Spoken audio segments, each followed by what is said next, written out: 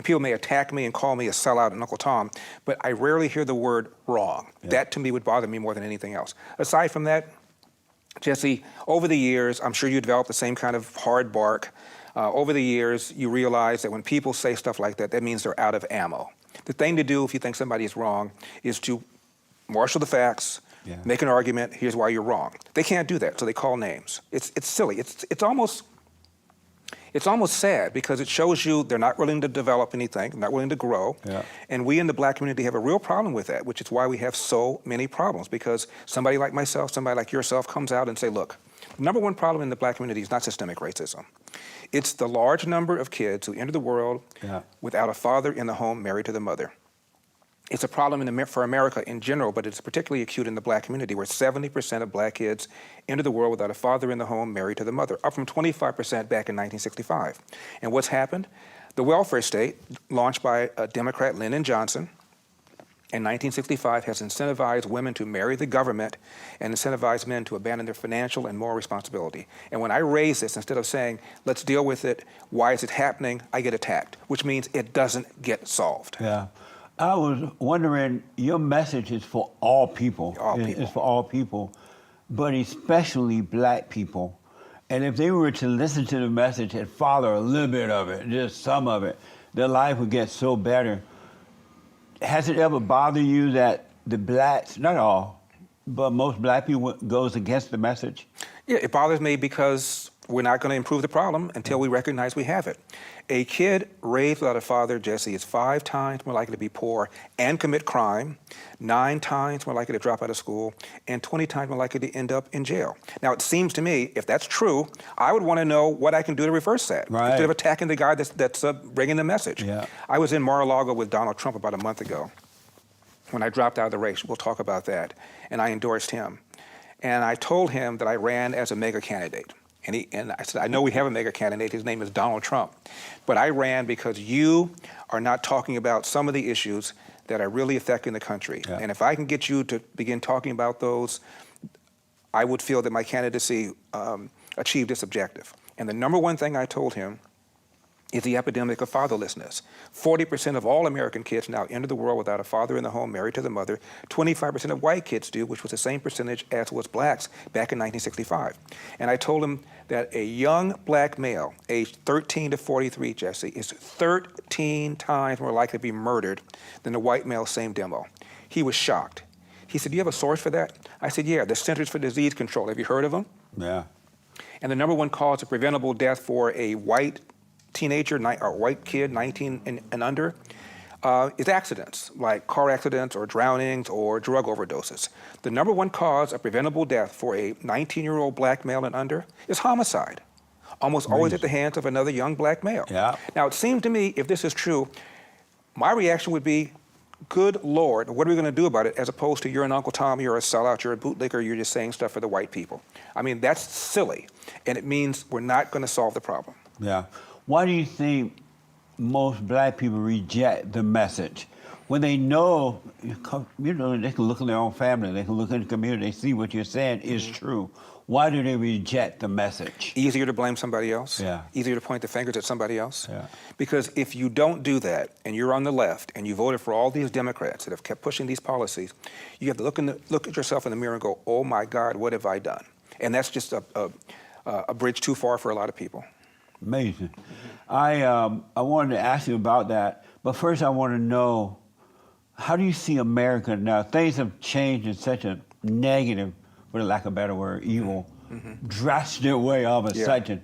How do you see America, and do you think we'll ever come back to being America again? Jesse, I was in Boston in 2004 when this skinny kid with funny little ears, a name nobody could pronounce, full of charisma, came out and gave that speech. He was introducing John Kerry, who was a 2004 Democrat nominee. And he said, there's no red America. There's no blue America. There's just one America. Yeah. There's no black America. There's no white America. There's just one America. We are one. It brought the house down. Amazing. He decided to run for president. And his first interview on 60 Minutes, he wasn't the front runner yet, but he was gaining on Hillary. The correspondent said, Senator, if you don't win, will it be because of your race? Now, I was home by myself. I know what kind of answer Al Sharpton would have given, who ran for president and complained about racism. Yeah. Jesse Jackson ran twice and complained about racism. Yeah. I know what answer they would give. I said, let's see what this man says.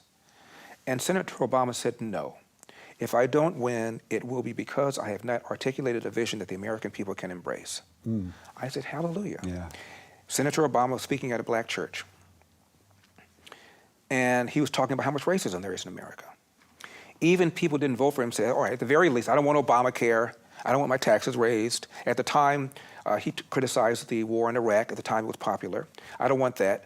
But at least he will stop the nonsense about America being systemically racist and bring us together racially. Even people who didn't vote for him assumed that. The polls show that both blacks and whites thought race relations would improve.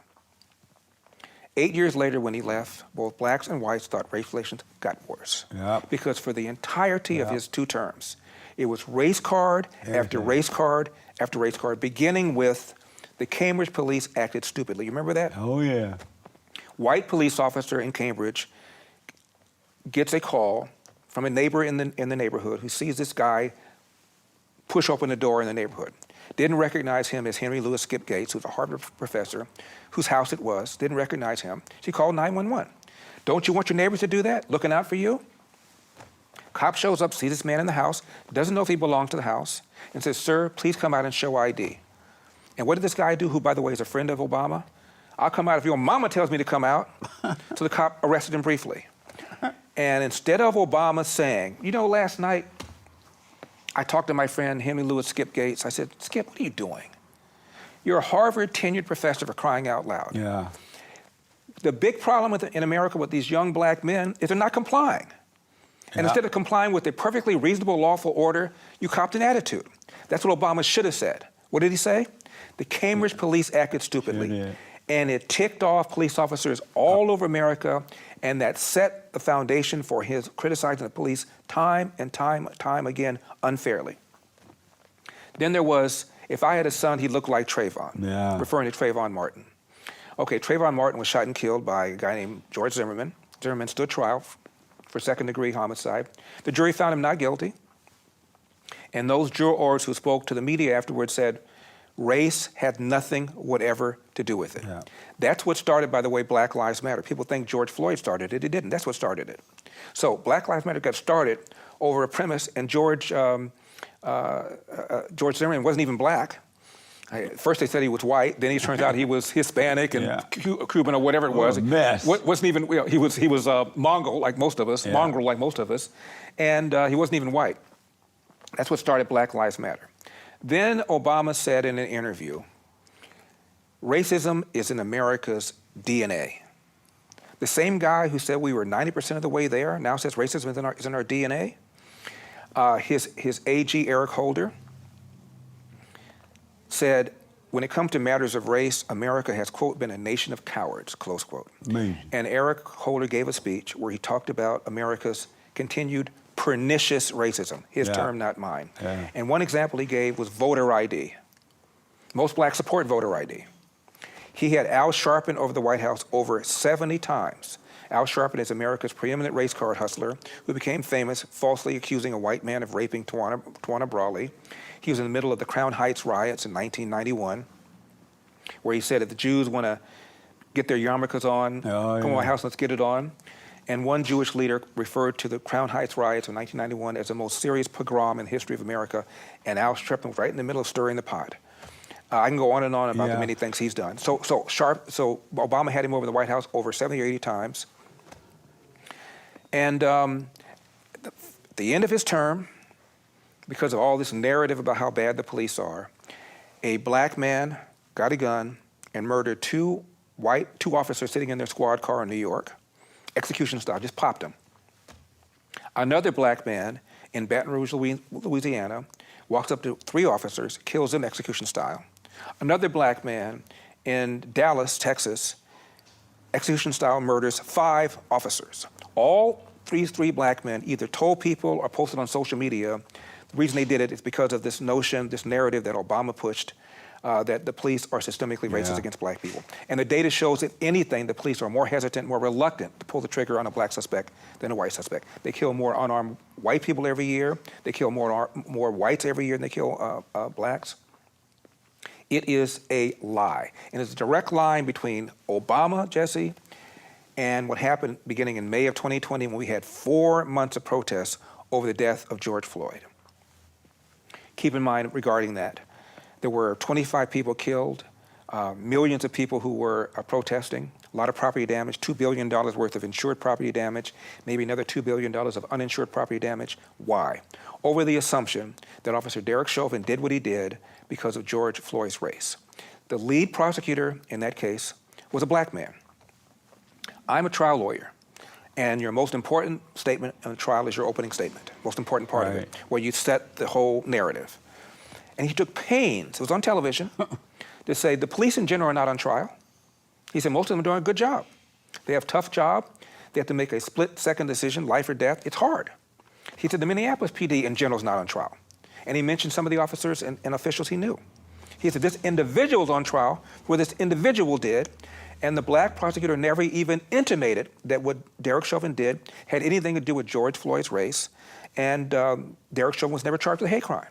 Yet you had all these people out there destroying property because of this assumption that what happened to George Floyd had to do with his race. Now, I don't know about the political affiliation of the people that were protesting, but I assure you, they would probably self-describe, if you ask them, are you liberal or very liberal? They probably would say, yeah, I'm very liberal. Yeah. The reason I mention that is that there is a website called policemag.com. And they asked people who self-described as very liberal, how many unarmed black men did the police kill in 2019? 50% of the self-described very liberal people thought the police killed 1,000 unarmed black men in 2019. 8% thought they killed 10,000. As to people that self-describe as just liberal, 39% of them thought the police killed 1,000 unarmed black men in 2019. 5% thought they killed 10,000. The answer, according to the Washington Post database, 12. 12? 12. Like 1, 2? 1, 2. That's the gap between what people think is going on and what is going on, which is why so many people are in the streets rioting, because they think this happens all the time when in fact it is rare. And just because you're unarmed does not mean you're not dangerous or reasonably perceived as dangerous. Michael Brown, Ferguson, was unarmed. He had just done a strong arm robbery, and his DNA was found on the officer's gun, meaning he was trying to get it. Right. So just because you're unarmed does not mean you're not dangerous. So there are very, very, very few instances of unarmed black people who are legitimately killed for unlawful reasons every year. There are more unarmed white people that are killed for unlawful reasons than there are blacks. It is rare for the police to kill anybody, let alone unarmed, let alone unlawfully. So you have all these people, young black men, who are told otherwise, pulled over by the cops. Instead of complying and cooperating, they're copying an attitude. Yeah. And as a result, something is happening that otherwise wouldn't happen. My dad always told me, when you're pulled over by the cop, make sure your left hand is at 10 o'clock, your right hand is at 2 o'clock. Say yes, sir, say no, sir, say yes, ma'am, say no, ma'am. My dad wasn't a biologist, but he could tell a female cop from a male cop. Make sure your paperwork is in order. Right. And if you feel you're mistreated, get a badge number, and both of us will go downtown and deal with it. Yeah. Instead, black people are taught the opposite. You're taught cops are enemies, and they're out to get you. And as a result, they're not cooperating, and as a result, you're having far more violent encounters than would otherwise be the case. What a mess. So I'm saying all this, in my opinion, is Obama. When he could have said something conciliatory, when he could have said something reasonable, when he could have said, calm the blank down. Yeah. It is not true. He went the opposite way. And as a result, in my opinion, he took the country in a way that made us far more divisive at each other's throat. After all, this bright, well-educated Harvard guy who grew up under the care of his white grandparents, thinks Hawaii somewhere, right? Thinks racism is a major problem in America. Thinks America is bedeviled by systemic racism. If Obama feels that way, it must be true. Yeah. And that's what he did. Yeah, it's only gotten worse since then. It has not gotten better. Why do you think that you named the black mayors of the cities and all the successful blacks? Governors. Why don't they tell black people the truth about things? Why don't they say, well, look, You can make it. Here's how I made it. Why don't they tell the other black people? I think some of them are just hustlers, like Al Sharpton. No, he's not elected official, but Al Sharpton's just a hustler. Right. We all know he's full of it. Like the mayor of Chicago, for example, right? I just think he's an idiot. I just think he's just a very, very dumb person.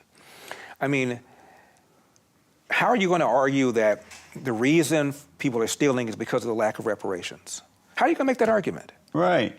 When you know better. I mean, you just know better. You're the mayor of the city. We haven't had reparations. We haven't had reparations ever. All of a sudden, there's a spike in crime. It's because of the lack of reparations. Why do you think they won't tell them the truth? Instead of saying it's the family, it's this and that. Because they will be accused of blaming the victim, and they'll be accused of being a sellout. And so, but do they care about that more than they care about helping the blacks? I think part of it's power. I think that if Barack Obama were here and he heard what I just now said about him, if he were being honest, he wouldn't have disagreed with any of it. Right. Why did he do it then? Yeah. Why? Because he wanted to remain in power. The Democrats remain in power by convincing 90% of black people to vote for him. How do you do that? When they've destroyed the family, when they won't allow school choice. There are 13 public high schools in Baltimore, Jesse. 0% of the kids can do math at grade level. 0. Chicago, 53 government schools. 0% of the kids can do math at grade level. Amazing. Yet the party elites, Barack Obama, Joe Biden, Elizabeth Warren, they have their own kids in private school while denying school choice for other kids. Amazing. And the reason for that is because the largest funder of the Democrats is the teachers union, and they adamantly oppose school choice, while, by the way, having their own kids in private schools. There was a study some years ago. Nationwide, 10% of American families have their kids in private school. 6% of black families do. In Philadelphia, 49% of the public school teachers with school-age kids have their own kids in private school. In Chicago, it's 39%. Out here at LAUSD, where you and I are, it's 28%. Yeah. So the people that know the school system the best, teachers, aren't putting their own kids in it. What does that tell you? So then, why don't the blacks, not all, but most, why don't they think for themselves? Like for me, when I moved out here and I started hearing about racism, because growing up in Alabama, I didn't hear about this stuff. Right. At some point, I started thinking for myself. I'm looking around at Jesse Jackson, all these people, they're doing well, their families are amazing, good jobs. Right. And I start to question things. Why don't most black people question what's happening? I read your book, From Rage to Responsibility. Yeah. And you began to think for yourself. Right. A lot of black people just don't. They watch the same thing. They huddle around the same people. They complete each other's sentences. And so there's an echo chamber. In my book, As Goes California. Jesse, amazing book, by the way. Thank you. And I'm black and I don't read a lot, but I went through it.